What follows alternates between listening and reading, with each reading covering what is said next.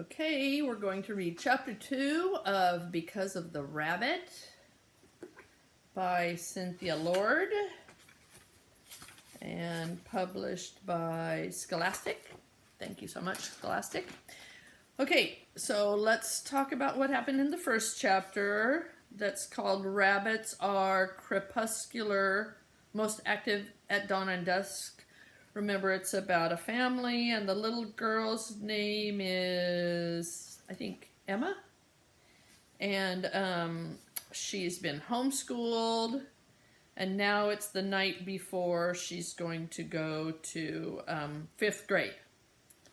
And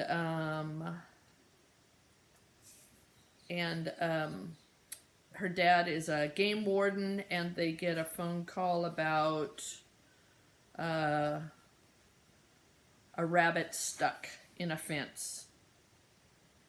Okay, I looked a little bit forward, and they live really close to Canada, and the dad actually was born in Canada, and so there's going to be some French words, and so I wrote a cheat sheet for myself, and you might want to, because when you take the test later, these words might be in the test. I don't know. But so very first off, the chapter is called A Frightened Rabbit Can Truly Be Scared to Death. So very first is the grandpa's name, because remember the grandpa likes to tell stories about Monsieur Lapin, which is the rabbit. So it's like Mr. Rabbit. Okay. So the grandpa, the name, it kind of looks like Pepperies, but the way you say it on my cheat sheet is Pepe. So Pepe's Stories, that's what it is. I'm going to put my cheat sheet right here, and then if we come to them, I'll look at it again. Okay. Pepe's stories always begin with the words, "It happened once." After that, each story took its own twists and turns, like a stream running this way or that way around the rocks. But it always ended with the words, "So it was." When I was little and my grandparents were still alive, oh, so they must be dead now, Owen and I used to visit Pepe and Meme every summer at their house, half a day away up north in Quebec, Canada. So in Quebec, they speak French also. That's like part of Canada, like an area, like a region. Dad would drop us off and pick us up a few weeks later. Even though Owen and I only ever lived with Pepe and Meme when we visited, Meme always greeted us with, "You've come home!" And she made it feel like home. I loved belonging there on the farm where Dad grew up. In the early morning, Pepe would wake Owen and me, and we'd go out in the fields as the sun came up. By mid-morning, we'd have picked baskets full of vegetables or berries. Then we'd help Mame bake things to eat and sell. If I didn't know how to use the sifter or how small to cut the strawberries, Mame would say, "Watch." She'd move her hands slowly so I could see every movement her fingers made. At home, that would have felt like work, but it never did at Mame and Pepe's house. As we picked and baked, Pepe would tell us stories. He knew the name of every wild animal in the woods and skies around the farm and spoke to them like friends. He called the animals and birds by their names in French, like Monsieur Castor, the beaver, Madame Tortue, the turtle, Monsieur Renard, the fox, Monsieur Corbeau, the crow, Madame Settle, the nuthatch, and Monsieur Hibou, the owl. I'm not sure if I'm saying those right, but you get the idea. My favorite stories were about Monsieur Lapin, a cottontail rabbit who was always getting into trouble. Sometimes he'd trick his way out. Other times he learned a lesson. Those lessons never stuck too well, though. In the next story, he'd be back in trouble. None of the other animals held it against him. It was just who he was. It sounds kind of like Brer Rabbit. Maybe I'll read one of those if I can find one of those stories. Okay. If a rabbit popped up in the vegetable rows, Pepe would say, Monsieur, bonjour, Monsieur Lapin. I asked Pepe once why he called every rabbit Monsieur Lapin, when really there could only be one. Every rabbit has some of Monsieur Lapin's magic, he said. Rabbit magic is a powerful thing. As Dad drove, I watched out the window and thought how tomorrow would be like the border crossing to Quebec. You drive through the checkpoint and there's a whole different country on the other side. School would change a lot of things. There might be a whole different me on the other side of tomorrow. I took a deep breath, the way Pepe always did, to pull a story inside me. It happened once, I said to Dad, beside me in the truck. Monsieur Lapin was running away from that sneaky fox, Monsieur Renard. He jumped through a picket fence and got stuck. Dad smiled. He grew up with Pepe's stories, too. Monsieur Lapin wouldn't need a game warden to free him, would he? He'd trick Monsieur Castor into chewing the fence down with his sharp teeth. Or he'd tell Madame Sitel there were tasty bugs in the wood pickets, I said. She and her nuthatch family would come and peck the fence apart looking for them. Dad passed a Massachusetts car driving slowly in front of us. Local people call the road we live on Moose Alley. It's a major road for us, connecting a small town with an even smaller one right on the edge of the big woods stretching up to Canada. On the roadside are bushy areas and marshes where moose like to graze. As it gets close to dark or very early in the morning, we get extra cars with out-of-state license plates. That's the time the guidebooks tell you to go looking if you want to see Monsieur Original. Original. I don't think that's the right way to say it, but it's moose. I've seen moose at all times of day, though. Moose don't read the guidebooks. Moose Alley doesn't even need a line painted down the middle because you can drive the whole 30 miles of it from town to town and only meet a handful of cars and a few logging trucks. People from away call our part of Maine the Sticks. Which is true, I guess. We have no shortage of sticks. Dad turned the truck into a small dirt road cutting through the woods. It was mostly a camp road. A road you could drive right past and not even see it, but the kind of road where things always seem to happen in Pepe's stories. I breathed in the Christmassy scent of pine and spruce through the open window. Okay, Em, Dad said, turning on his headlights to see better. Help me look out for the house now. The lady said it was number 36. At first, I thought he was kidding. There were hardly any houses, certainly not 36 of them, but there were a few numbers nailed to the trees, and they seemed to jump 10 or more at a time. As we passed each house or camp, I looked for bikes and toys, clues that a kid lived there. There were lots of things. I was hoping for tomorrow at school, but making new friends was number one. Maybe I'd even make a best friend. I really wanted to be half of an and, like you see in books. Calvin and Hobbes, Frodo and Sam, Charlotte and Wilbur.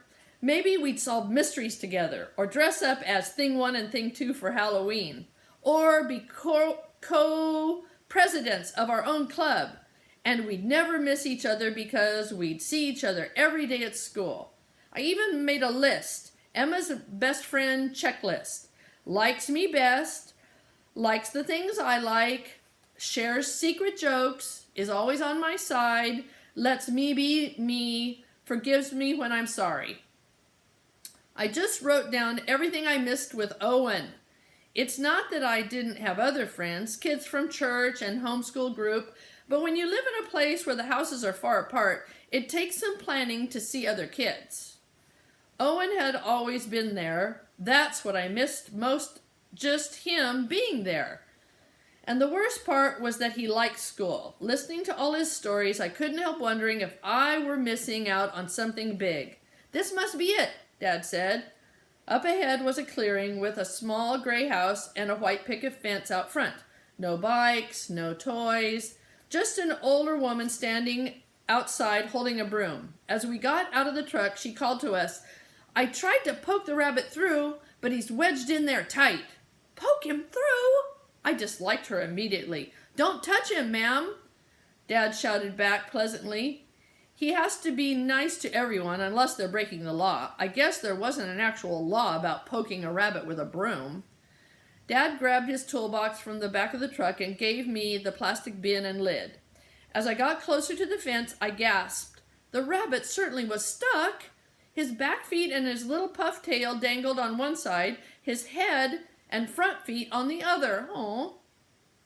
But what shocked me was how small he was. And he wasn't medium brown like a cottontail rabbit or rusty tan like a snowshoe hare in the summer. He was a soft honey-colored gold with a brown nose and front paws. He seemed to be frozen in fear, except for his little back rising and falling with each breath. Oh. "Well, there's a surprise," Dad said. "Do any of your neighbors have a pet rabbit?" The woman shook her head. "Not that I know of." Dad stroked his chin, thinking, "Look, I'm glad to free it, but as a game warden, I only deal with wildlife. You'll need to call your local animal control officer to come and get this bunny. They handle pets."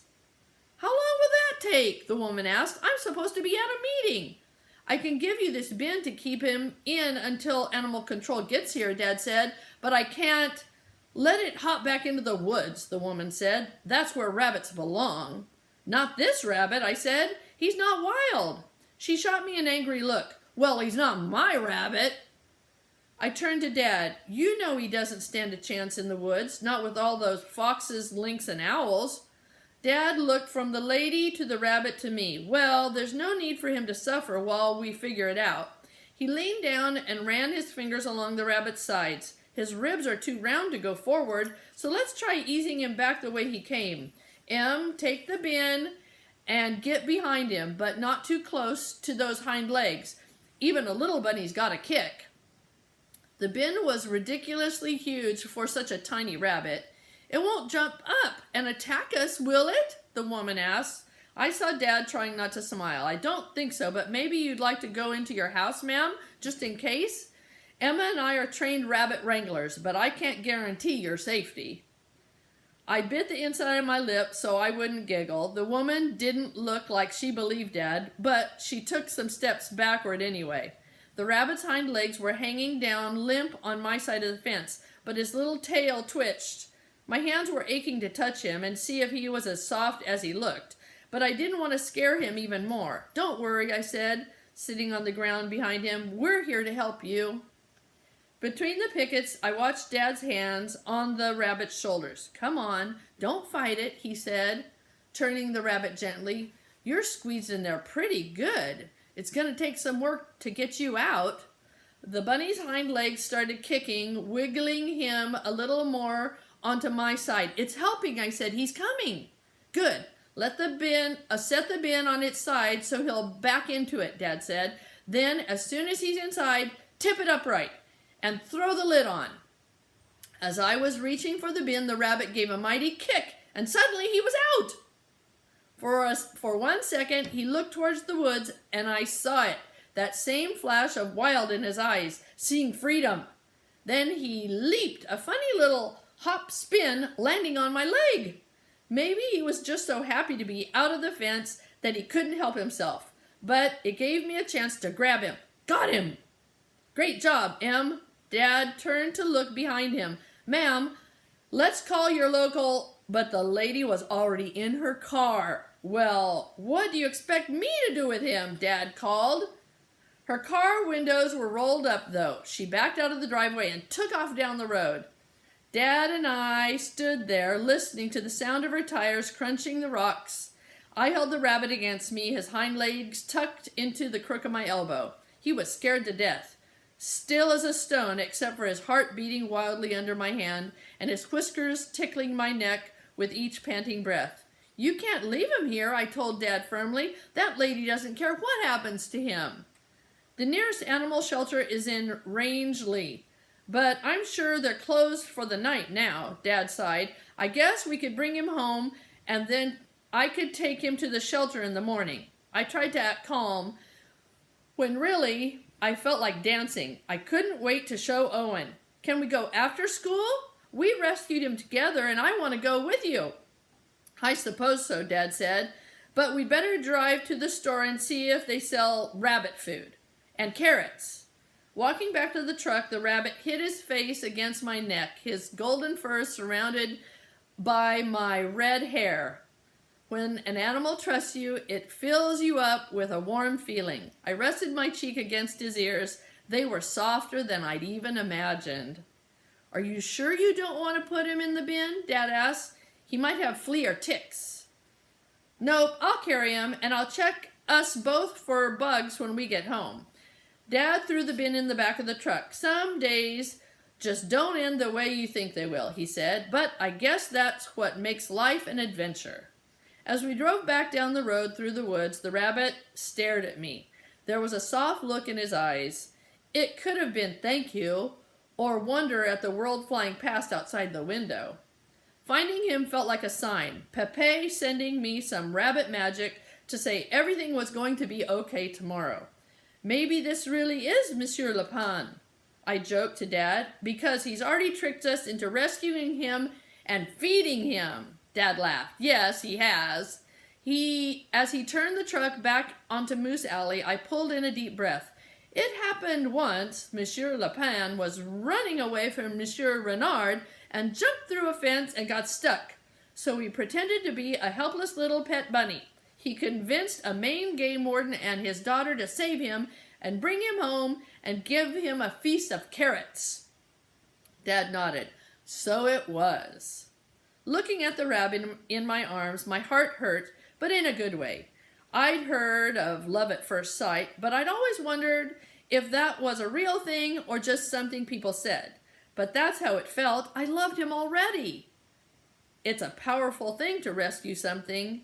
It changes both of you. Dun, dun, dun. Okay, the next chapter is called If a Rabbit Refuses Food, It Can Quickly Become an Emergency. I bet you guys can predict what's going to happen with the rabbit. Do you think they're going to take it to the shelter? Or do you think they're going to keep it? We'll see tomorrow. Okay, bye-bye.